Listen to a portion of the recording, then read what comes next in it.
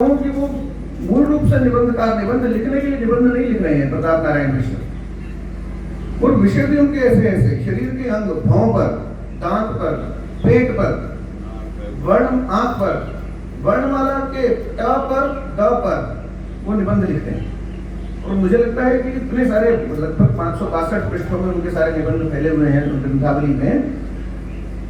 जो विषय उनके सामने आता है उस विषय को निबंध का विषय बना करके, लेकिन जो बात उनको कहनी है वो कह देते हैं। ये उनकी रचनात्मकता की विशेषता है।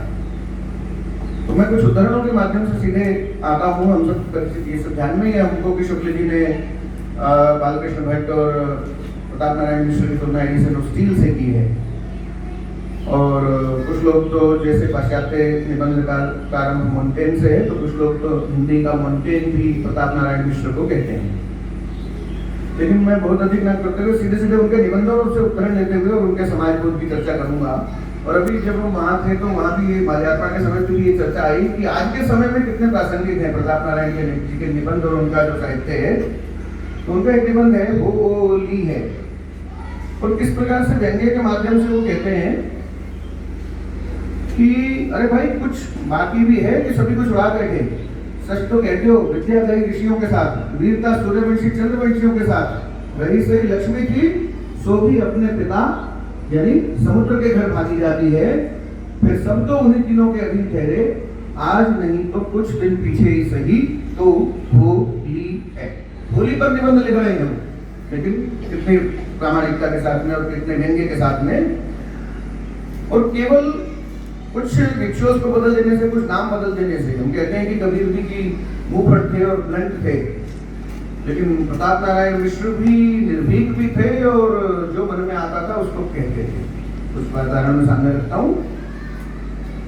कहते हैं कि हिंदू के बदले आर्य और सलाम प्रणाम के बदले नमस्ते कहना ही धर्म का मूल, वेद का तत्व और उन्नति की सीढ़ी है।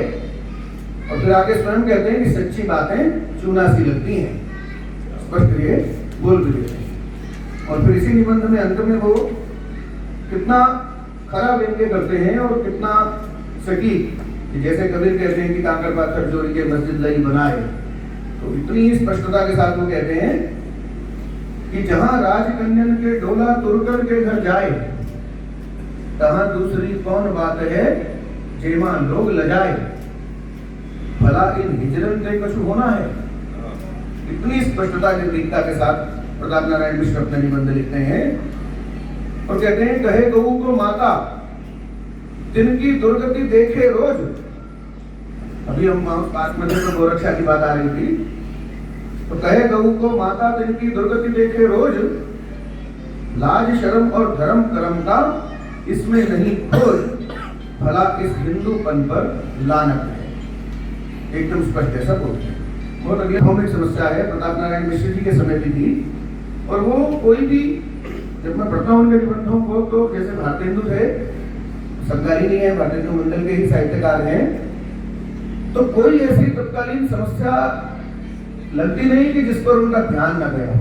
शायद जागरूक, इतने जागरूक कि उस समय के सारे साहित्यकार थे। और रिश्वत निबंध में वो लिखते हैं। और विशेष रूप से देखिए कि जब मैं इस चरण को पढ़ रहा था तो मेरे को शरद जोशी जी का व्यंग्य है वो भोलाराम का जी, तो उसका स्मरण हुआ है। देखिए कैसा व्यंग्य वो लिख रहे हैं कि जिस महकमे में देखो, जिस दफ्तर में देखो, ऐसे तत्पुरुष बिरला ही मिले जिनको इसका चस्का न पड़ा हो। बात रिश्वत की हो। विशेषकर रेल पर तो रिश्वत बीवी ने नवाबी मचा रखी है। बिना कुछ चढ़ाए पिंडी छूटना कठिन है। बेचारे महाजरू लोग जिनको न सरकार से अपना दुख कहने का साहस, न आपस में एका। अब देखिए वो बात रिश्वत की करते हैं, लेकिन बात एकता की भी कर रहे हैं। वो व्यंग्य अन्वय रूप से वो ये भी बता देते हैं कि व्यापारियों में एकता नहीं है। बाहर से रोज ही कुछ आया चाहे, फिर जल में रह के मगर से बैर करने में गुजारा है। क्या करें, जहाँ राजदंड है, धर्मदंड है, वहां यह समझ लिया कि एक रेल दंड है। ऐसा व्यंग्य वो ये। अभी कुछ दिन पहले एक उच्चतम न्यायालय का एक निर्णय आया पूरे देश भर में जिसकी चर्चा रही, कुत्तों पर था वो निर्णय। हम सबको ध्यान में आया होगा, पहले एक निर्णय आया, फिर उसको चुनौती दी गई, फिर कुछ उसमें परिवर्तन होकर के कुछ परिवर्तन किया गया। लेकिन आज से 150 साल पहले वो एक निबंध लिख रहे हैं प्रताप नारायण मिश्र, दया पात्र जीव, और उसमें कैसे वो म्युनिसिपैलिटी जो है वो आवारा कुत्तों को मार रही है और उस सब चीजों की चर्चा वो करते हैं।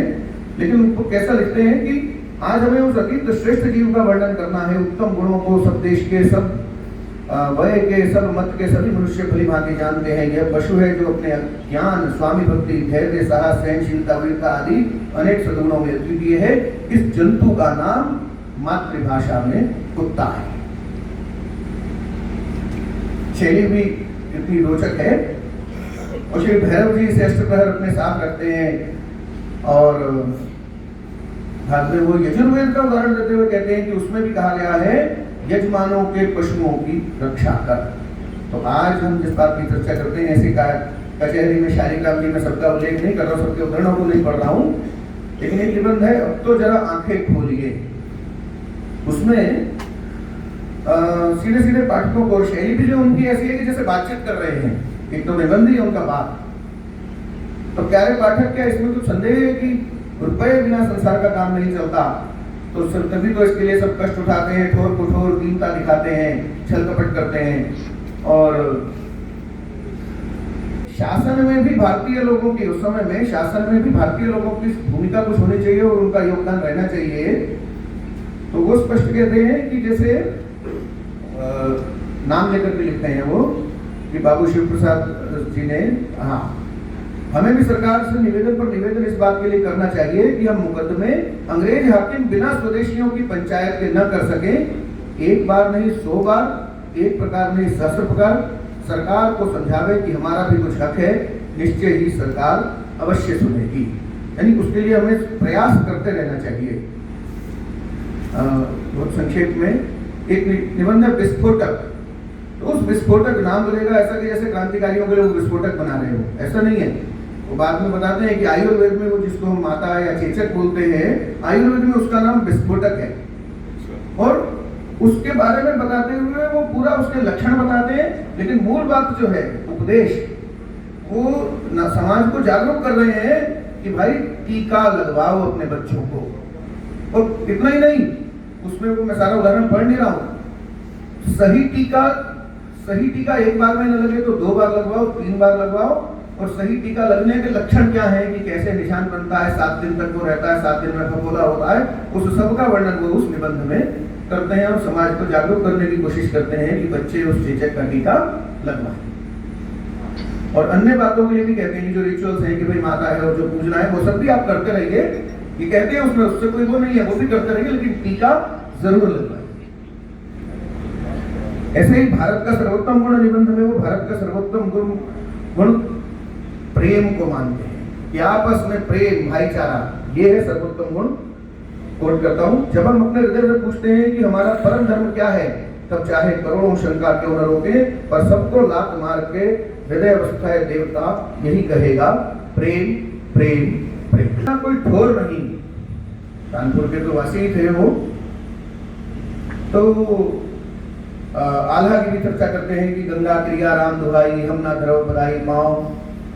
अब आगे वो कहते हैं, भक्तों के लिए नहाने और ठाकुर नहलाने को गंगा, व्यापारियों के लिए नावे आने जाने को गंगा, सर्दियों के लिए सायंकाल हवा खाने को गंगा, अनेक प्रकार के रोगियों के लिए जल और बलुआ द्वारा व्याधि हटाने को गंगा। कहां से गंगा को जीवन से हटाएंगे आप? अभी तो आधा बोला है मैंने। आगे कहते हैं, बेईमानों के लिए बात बात पर उठाने को गंगा। बेईमानों के लिए, सभी व्यक्ति को प्रमाण देने की आवश्यकता नहीं है, सच्चे व्यक्ति को। बेईमानों के लिए बात बात पर उठाने को गंगा, नगर भर का अंधेर बहाने को गंगा, अघोर बहाने को गंगा, मृतकों की अंत्येष्टि बनाने को गंगा, नए मत वालों के मुंह पिचकाने को गंगा, दाह में मिशनरियों के बाज सुनाने को गंगा, और हाय निर्दयी हत्यारों को मछली फंसाने को गंगा। तो गंगा से निरपेक्ष तो हमारे जीवन का कोई आयाम रह नहीं जाता है। नागरी हिंदी और नागरी के विषय में हम बात करते हैं, नागरी महिमा एक चौक, और उसमें भी किस प्रकार से जो हमारे निरर्थक शब्द इनको बोलते हैं, रोटी कोटी, अंग्रेजी संग्रेजी, फारसी आरसी, इनका उल्लेख करते हैं। एक निबंध है इनकम टैक्स, उसमें तो बड़े रोचक तरीके से वो बताते हैं कि जैसे इन या अन लगाने से विपरीत बन जाता है, वैसे ही वास्तव में इनकम लगाने से वास्तविक उसका अर्थ हो गया जो आमदनी के न होने पर जो कर लगाया जाए वो है इनकम टैक्स। और डिफरेंशिया बड़ी जैसे शब्द उसमें आए ही हैं और डिफरेंट करते हैं। विषय को मैं बस एक बार और समाप्त करके अंतिम बात बोलता हूँ कि पत्रकार थे, वो बड़ा जरूरी है। यहाँ पर बहुत से पत्रकार बैठे हुए हैं, इसलिए उस बात का उल्लेख किए बिना मैं अपनी बात को नहीं समाप्त करूंगा। पत्रकारिता वास्तव में एक मिशन थी और मिशन है, और जहाँ वो मिशन नहीं है, किशन जी पत्रकार हैं, वैसे पत्रकारिता कर ही रहे हैं, तो वहाँ वो जहाँ वो मिशन नहीं है वहाँ पत्रकारिता भी नहीं है शायद, वहाँ फिर पता नहीं क्या है। लेकिन वो कितने संकट में ब्राह्मण चलाया उन्होंने, और क्या संकट थे, सीधे सीधे एक वो निबंध है, अंतिम कोट कर रहा हूँ, उसके बाद मैं अपने विषय को समाप्त कर दूंगा। मरे को मारे साह मदा, ये उस निबंध का शीर्षक है। और क्या उसमें वो लिख रहे हैं, 4 वर्ष से हम देख रहे हैं कि देशी समाचार पत्रों में, विशेषतः हिंदी पत्रों में जो कुछ धन लाभ होता है बेचारे संपादकों का जी ही जानता है। दुख रोना नीति ग्रंथों में वर्जित है, हम संपादक हैं।